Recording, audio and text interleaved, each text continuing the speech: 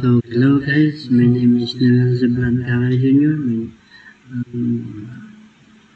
Our tackle for today is identifying licensed versus pirated software or applying for a software copyright. Then, objective, how to identify licensed software versus pirated software. Then number 2, the steps to apply for a software copyright. Then the content requirements is part 1. Demonstrate methods and tools for identify licensed versus pirated software, include examples and practical advice. Then part 2 is explain the step-by-step process for applying for a software copyright, providing insights on relevant forms and platforms. Then I have a PPT. Part 1, demonstrate methods and tools to identify licensed versus pirated software, include examples and practical advice. Then methods for identifying licensed versus pirated software. Number 1, check license keys and activation status. How to check? Open software and navigate to the help or about section. Look for options like activate or license information. Then number 2 is review official documentation. Check for the purchase receipt, emails for authorized sellers, and documentation that came with the software. Verify digital signatures. Then right-click on the software executable file, select properties, and navigate to the digital signatures tab. Then number 1 is check for the update and support. Open for the software and look for update options in the menu. Number 2 is look for the branding and watermarks. Check the user's interface for any unusual branding, trial notices, or watermarks. Then tools for detections. Number 1 is software auditing tools. Generate a detailed reports or install software including license keys. The number 2 is malware detection tools. Scan for malicious software that often accompanies pirated software. Number 3 is inventory management software. Then helps manage and track software installations across a network. The number 4 is online license verification. Many software companies offer tools to verify authenticity or license keys. Then practical advice, educate users and employees, make sure everyone understands the importance of using licensed software and the risks associated with piracy. Then implement software policies and development clear policies and software acquisition and usage within your organization.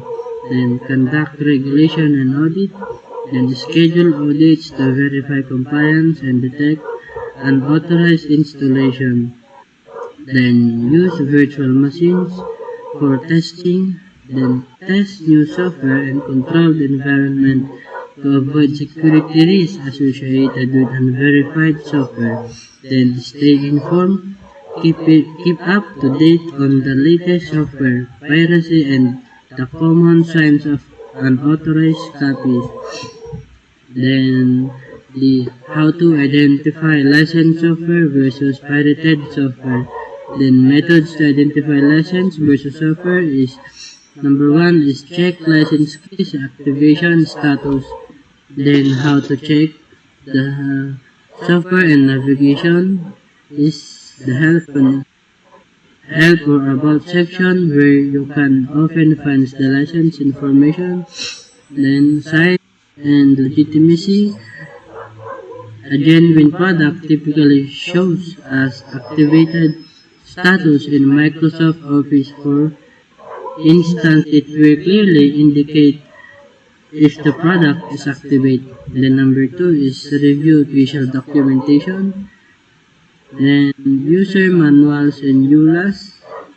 Authentic software includes end user's license agreement. Then EULAs that outline usage right. Then verified digital signature, then signs the legitimacy. A valid signature from a recognized publisher like Adobe or Microsoft indicates the authenticity. If the signature is missing or shows as invalid, the software may be pirated. Then check the updates and support. Signs the legitimacy.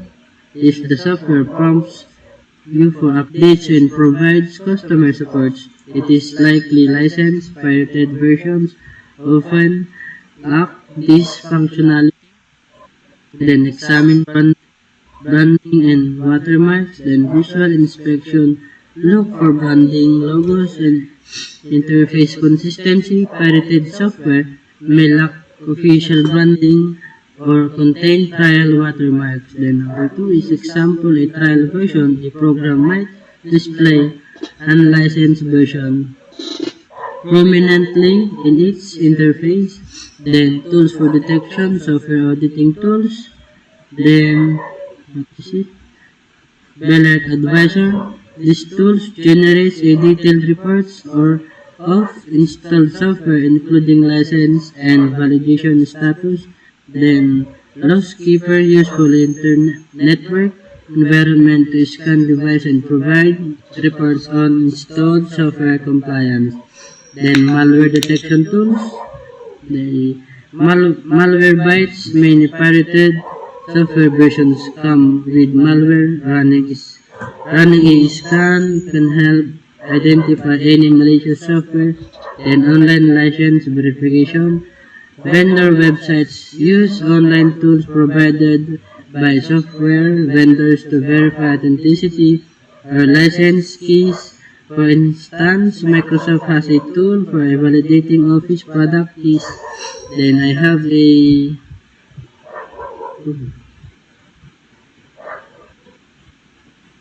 additional insight.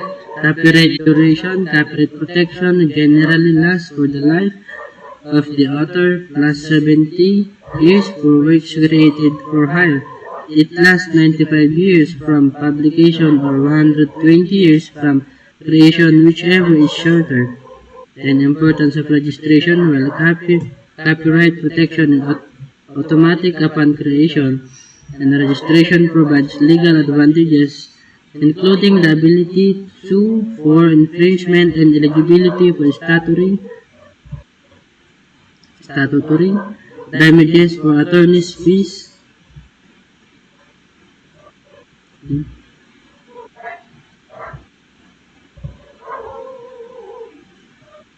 Resources considers consulting resources available on the U.S. Copyright Office website or legal professional specializing in intellectual property for additional guidance.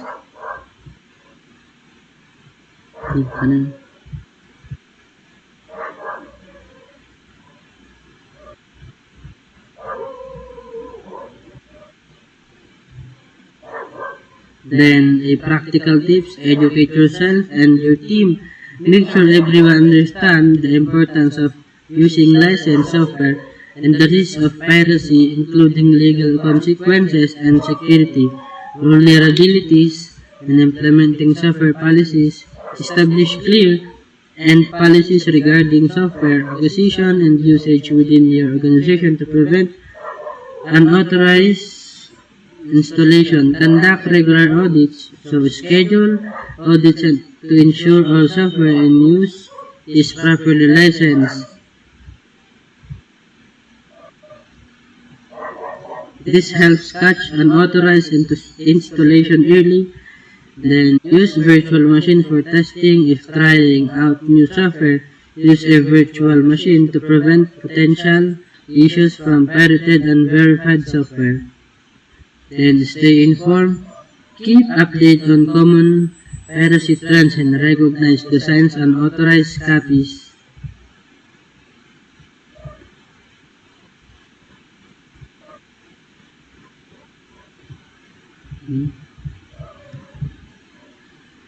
Then part 2 is explain the step-by-step process for applying for a software copyright, providing insights and relevant forms and platforms. Then step 1, prepare your software. Finalize your software. Make sure your software is complete, including source code, documentation, and any necessary design elements. Documentation keeps through the documentation of your development process, including design notes and user manuals, as this can support your claim and authorship. And step 2, gather required information. Title of the software, choose the unique and descriptive title. Then author information include the names, the creators, and the contact information. Description of the software, write a brief description detailing what the software does, its unique features. And step 3, choose the right application platform. Then US Copyright Office for applications in the United States. You'll register through the US Copyright Office. Then website, visit copyright.gov to access the application process. Then step 4, complete the application form. Then select the correct form. Use form TX for literary works. Since software is considered a literary works under copyright law. Then online registration.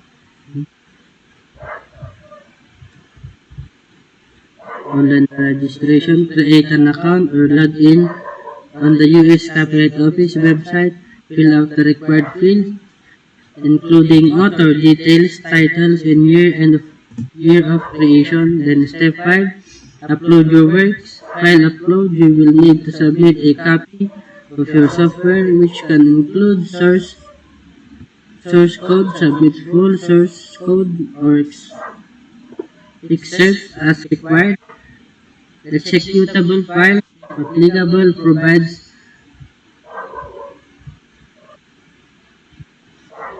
compiled version of your software. Then file format, ensure the files meet the required formats specified by the Copyright Office, PDF, zip. And step 6, pay the filing fee. Review fees, then check the current fee scheduled on the US Copyright Office website. Fees vary based on the type of registration, online versus paper. Then payments process, you can pay online via credit, debit card, or electronic check during the application process. Then step 7, submit the application. Review the submission, double check all the information for accuracy before the submitting, and confirmation after submission. You will receive a confirmation email. Keep this for your records as proof of your application. Then step 8, wait for the confirmation. Processing time, the Copyright Office typically takes several months to process application. During this time, you can check the status online response. Be prepared to provide additionally informed and requested during the review process. Then that's all. Thank you. My name is Nelson Blancardo from BSIT 3 Block F. Our subject for today is IT Elect.